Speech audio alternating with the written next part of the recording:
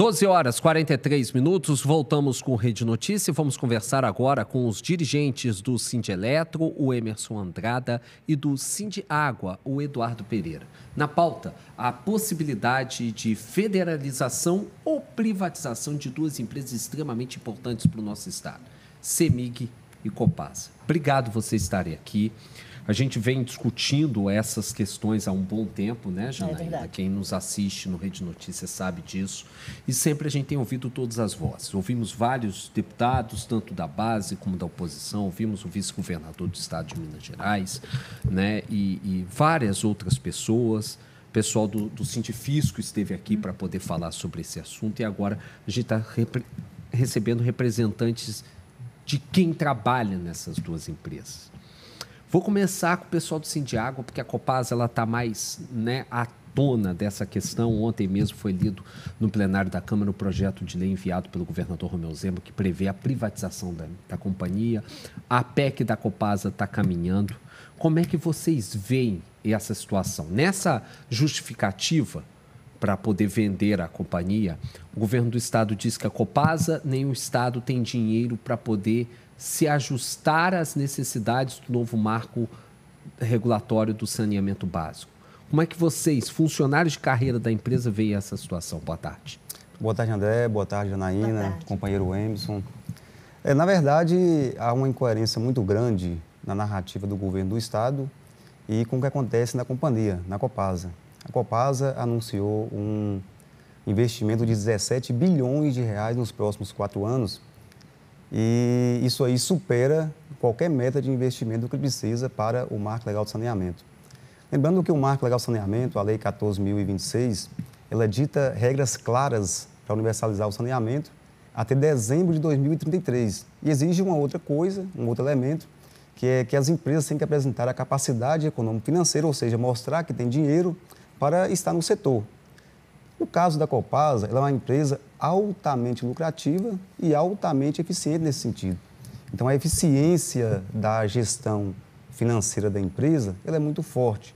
Forte tanto que saiu uma matéria essa semana do estado de Minas, pelo jornalista, colunista Orion Teixeira, onde que a Copasa havia anunciado um investimento de 3,5 bilhões de reais para corrigir alguma deficiência que tem aqui na região metropolitana de Belo Horizonte com relação a uma possível falta d'água. E o Matheus Simões foi questionar a Copasa por que anunciou esse investimento. Porque como a empresa está sendo preparada para a privatização, aos olhos dele não faria sentido um investimento tão alto assim. Então, o que a gente enxerga é uma tentativa de sucateamento da empresa, sem justificativa alguma. A Copasa, ela já atende, ela supera os índices do Marco Legal de Saneamento, que pede 99% de oferta de água. A Copasa já está a 99,7% em oferta de qualidade de água tratada para a população. E em relação ao esgoto, o Marco pede 90% e a Copasa já está com 74%. Então, a deficiência que a Copasa tem é só com relação a esgoto. Mas eu gostaria de mencionar com relação ao Estado. O Estado existe uma deficiência em relação à coleta e tratamento de esgoto e saneamento básico, digamos assim. Só que a Copasa, por mais que ela esteja presente em 74% dos municípios mineiros, ou seja, 640 concessões, ela não atende todo esse público, proporcionalmente falando. Ela atende a população de 52% a 54%, mais ou menos, dos mineiros. O que eu estou falando? Que a Copasa está presente em municípios pequenos, com IDH muito baixo, onde o privado não quer ficar. Então, a Copasa, ela ajuda a corrigir as desigualdades do nosso estado e, por estar em cidades pequenas, ela consegue, ainda assim, com essas dificuldades, superar índices que o Marco Legal do Saneamento pede. Então, o que o governo Zema vem falando, isso aí é uma mentira, né? Os dados oficiais que tem também no Sinisa, que é o Sistema Nacional de Informação sobre o Saneamento que tem aqui no nosso país, apontam que todos esses argumentos do governo Zema são simplesmente falaciosos e ideológicos para privatizar a empresa sem argumento algum. Ou seja, se privatizada nessas cidades pequenas, não seria interessante para a Copasa continuar nessas cidades com saneamento básico lá? A Copasa está presente em 48 municípios dos 50 que tem o IDH mais baixo do nosso estado. não tem um privado. A Copasa, ela não é o titular do saneamento. Quem é o titular é o município. Em algum momento, a Copasa entrou porque o município pediu socorro. Então, a Copasa, ela é como se fosse assim, uma válvula de escape para os municípios que não conseguem fazer o saneamento. Uma privatização do saneamento aconteceria igual Ouro Preto, por exemplo. Ouro Preto lá nunca teve Copasa, lá era uma autarquia municipal. Social autônomo, né? Era um serviço social autônomo. E aí o município de Ouro Preto resolveu fazer igualzinho ao que o governo Zema está propondo agora. Privatizar para acabar com o monopólio, para aumentar a eficiência e diminuir a tarifa. Ouro Preto, o que aconteceu? O monopólio existe porque o Emerson não vai conseguir ter, por exemplo, 5 redes de água passando na porta da casa dele para escolher em qual ligar, então é um monopólio natural. Eficiência, a cidade de Ouro Preto mostrou que não é mais eficiente e com relação ao preço, as tarifas subiram mais de 200%. Então, quebra qualquer argumento do governo do Estado com relação a isso. Agora, Emerson, a gente tem uma questão de dificuldade, que é uma reclamação muito categórica de muitos prefeitos do interior sobre a eficiência do trabalho da Copasa. Muita gente reclama, a gente ouve isso muito na Assembleia, por conta dos deputados e tal. O que hoje atrapalha da Copasa ter essa imagem arranhada como tem? A gente teve agora há pouco tempo uma crise em Contagem que ficou mal explicada, se o problema era por conta da água da Copasa, se era um surto vindo de outra coisa. O que você acredita? Foi um processo de sucateamento que foi acontecendo na Copasa ao longo dos tempos? Porque essas reclamações elas não vêm de agora, elas já vêm de bastante tempo, né? É uma série de fatores. A primeira coisa é o tamanho da Copasa. A Copasa é uma estatal mineira, está presente em todos os municípios. Dá um exemplo aqui, Itabira, está pertinho da gente, tem mais de uma semana que Itabira não tem água, está fazendo um racionamento de água. E Itabira não é Copasa. É serviço social autônomo também. Serviço social autônomo, a gente não vê essa repercussão. São João del Rei é outra tranqueira lá também, que também é serviço social autônomo. Pirapora, Bocaiúva, então a gente não vê. Mas compensação, Pará de Minas era Copasa, quando mudou o pessoal diz que melhorou, e aí? Não melhorou, a tarifa de lá aumentou. Mas só a tarifa não, mas todo mundo diz que, por exemplo, a questão da falta d'água acabou em Pará de Minas. O problema da falta d'água lá em Pará de Minas já estava sendo solucionado pela Copasa e quando a empresa ganhou, já estava fazendo a transição. Então, quando você tem um novo contrato com a empresa, todos os investimentos acontecem no início do contrato. Por exemplo, aqui em Belo Horizonte, o contrato vence em 2032. Suponhamos que a concessão de Belo Horizonte ela passe para um privado. Vai ter um investimento muito alto, de 32 até 33, 34, 36 ali, por causa do contrato que é novo. Agora, quando estiver chegando ao final do contrato, esses investimentos vão diminuindo. É o que aconteceu lá em Pará de Minas. Mas já estava sendo resolvido, mas como teve a transição, o pessoal teve uma falsa percepção de que melhorou. Mas não melhorou, não. Mas já estava praticamente sendo resolvido. Vamos continuar essa conversa, meio de 50. Então, vamos rapidinho para o intervalo, é isso mesmo, gente? Que eu estava aqui prestando... Sim. Vamos para o intervalo rapidinho, na volta a gente vai continuar esse papo e vamos falar um pouquinho também de CEMIG, dessa possibilidade de privatização aqui no Rede Notícia.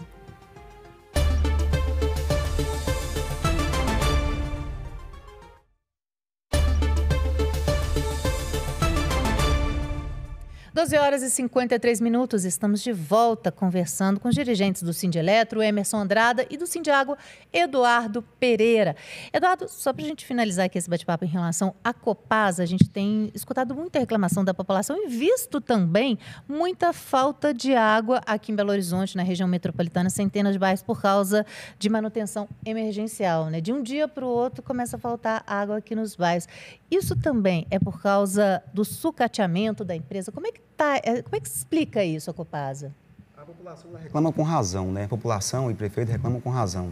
Lembrando que os prefeitos reclamam quando tem um buraco na rua. Nenhum prefeito vai querer que uma empresa, seja ela qual for, vai lá e abre uma vala onde tem uma rua que tem um asfalto novo. Então, isso aí é do setor do saneamento. Ele é feito no chão, diferente da energia que é feito lá aéreo. E quando falta a água, é por causa de algum serviço de manutenção, uma rede que se rompe. E muitas das vezes, e aí eu posso afirmar, é por falta de investimento da companhia. A companhia, existe um contraditório, um paradoxo com relação a isso, ela anunciou um investimento aí de 17 bilhões de reais nos próximos 4 anos, mas as reclamações aumentaram junto com os investimentos. O que eu estou falando e eu estou afirmando aqui, eu já falei em outras entrevistas também. A Copasa ela está mascarando investimentos. Tudo que era no custeio, que entrava no custeio antigamente, hoje, qualquer valor que a Copasa gaste acima de R$ 338,40, ele entra no programa de investimentos. Talvez seja por isso que a Copasa vem anunciando um investimento muito alto, mas também, junto com isso, aumenta as reclamações dos clientes, que no final é quem paga essa conta do sucateamento da empresa. Vamos bater papo agora com o Emerson Andrada, que é o representante do Sindeletro, que aí a gente vai falar de CEMIG. Existe uma pressão muito grande também por privatização do CEMIG. CEMIG é uma empresa extremamente valorizada, que já tem capital externo, né? Já tem capital misto. E quando a gente fala de CEMIG, a gente fala de avanços muito grandes. Você acha que CEMIG é peso para o governo do Estado? Porque o que a gente vê é que ela dá lucro, e não é pouco. É difícil você imaginar que seja peso para o Estado uma companhia que dá uma lucratividade de 7 bilhões de reais ao ano. Então, sobre a perspectiva do peso, não dá para se avaliar dessa forma, a não ser alguém que esteja dialogando com a população de má fé. Ontem eu vi uma entrevista do presidente da CEMIG, o senhor Reinaldo Passanezi, onde ele dizia que uma eventual privatização da empresa poderia torná-la mais ágil. E, se eu tivesse a oportunidade, eu responderia para ele que a agilidade, ela não é uma prioridade do setor elétrico. Porque o setor elétrico, ele precisa, na verdade, de planejamento. Tudo acontece no setor elétrico a longo prazo. Então, a virtude do gestor de uma empresa de energia elétrica não é a agilidade na solução de problemas, é o planejamento. Porque no setor elétrico, você não pode esperar o problema acontecer para resolvê-lo com agilidade. Você tem que planejar para que o problema não aconteça. Porque todas as vezes que a gente tem um problema é trágico. Um acidente com fatores humanos no setor elétrico resulta em morte e mutilação. Então, o que eu tenho que fazer? Eu tenho que planejar antecipadamente para garantir que eu tenho trabalhadores tecnicamente capazes. E hoje vocês têm um grande problema, que é um excesso de terceirização dentro da própria CEMIG, justamente para esses trabalhos, né? É talvez o nosso problema mais grave hoje, André, porque quando eu entrei para a CEMIG, há 34 anos atrás, nós éramos 18 mil empregados. Hoje nós somos 5 mil. Olha o tanto que Minas Gerais cresceu durante esses 34 anos. Mas essa gama de trabalhadores que hoje não está dentro do quadro próprio da empresa está no quadro de terceirizados, trabalhando em condições mais precárias, com salários mais precários, com formação técnica mais precária, mas exercendo um trabalho essencial para a população mineira. Barateou-se o custo, enriqueceu-se empresários do setor de terceirização e piorou os serviços oferecidos para a população. O que se argumenta em relação à privatização, à federalização, é que seria investido justamente para melhorar o serviço, para melhorar a qualidade de serviço, o funcionamento, os treinamentos. Não seria essa a viabilidade, então, Emerson? Olha, a gente tem um racional em relação a isso, e o nosso racional ele se confirma quando a gente se espelha nos outros processos de privatização que aconteceram pelo país. A lógica da privatização é: uma pessoa vem e compra a concessão, investe dinheiro, e quando você investe dinheiro, a maior parte nem são empresas do setor elétrico, mas são empresas do ramo financeiro. Quando você investe dinheiro, a sua intenção é ter um retorno financeiro compatível com o dinheiro que você investiu. Então, quando se coloca dinheiro em grande monta, porque é uma empresa de tamanho estratosférico, quando você coloca o dinheiro em grande monta nessa empresa, o que você precisa? Reduzir custos para poder aumentar a lucratividade e recuperar aquele dinheiro. Como é que se reduz custo? Tem 2 jeitos. O primeiro deles é diminuir investimentos. O segundo deles é diminuir pessoal. E a segunda estratégia, aumentar a lucratividade. Eu aumentei a lucratividade ao reduzir pessoal, reduzir investimento, ou seja, baixei a qualidade do serviço, mas eu preciso também aumentar o preço do serviço para que a minha lucratividade aumente. Então, assim, a equação é simples. Na hora que privatizar, seja na companhia de saneamento ou na companhia elétrica, o preço da energia elétrica vai subir e a qualidade do serviço vai baixar.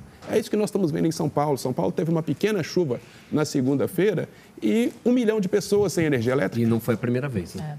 Não foi a primeira vez. E assim, antigamente falava-se em dia atípico. Hoje não pode fechar o tempo em São Paulo, que falta energia elétrica, a maior cidade da América Latina. 1h em ponto, a gente está ficando por aqui no nosso Rede Notícia. Vamos trazer mais, a gente tem que discutir mais Copasa, CEMIG, setor elétrico, setor de saneamento e de abastecimento de água. A gente agradece vocês e as portas do Rede Notícia estão abertas. Viu, Adriana? A gente já vai marcar, já estou fazendo compromisso aqui para a gente trazer em separado os dois para a gente discutir mais profundidade esses dois setores tão importantes. Obrigado por vocês estarem aqui conosco. Obrigada. Rede Notícia está ficando por aqui. Vamos já passar a bola rapidinho para o Júnior Brasil. O Bola na Rede está prontinho para entrar na sua tela e trazer as notícias do mundo da bola. Júnior, boa tarde. Rodada do Brasileiro chegando e com muita expectativa, né?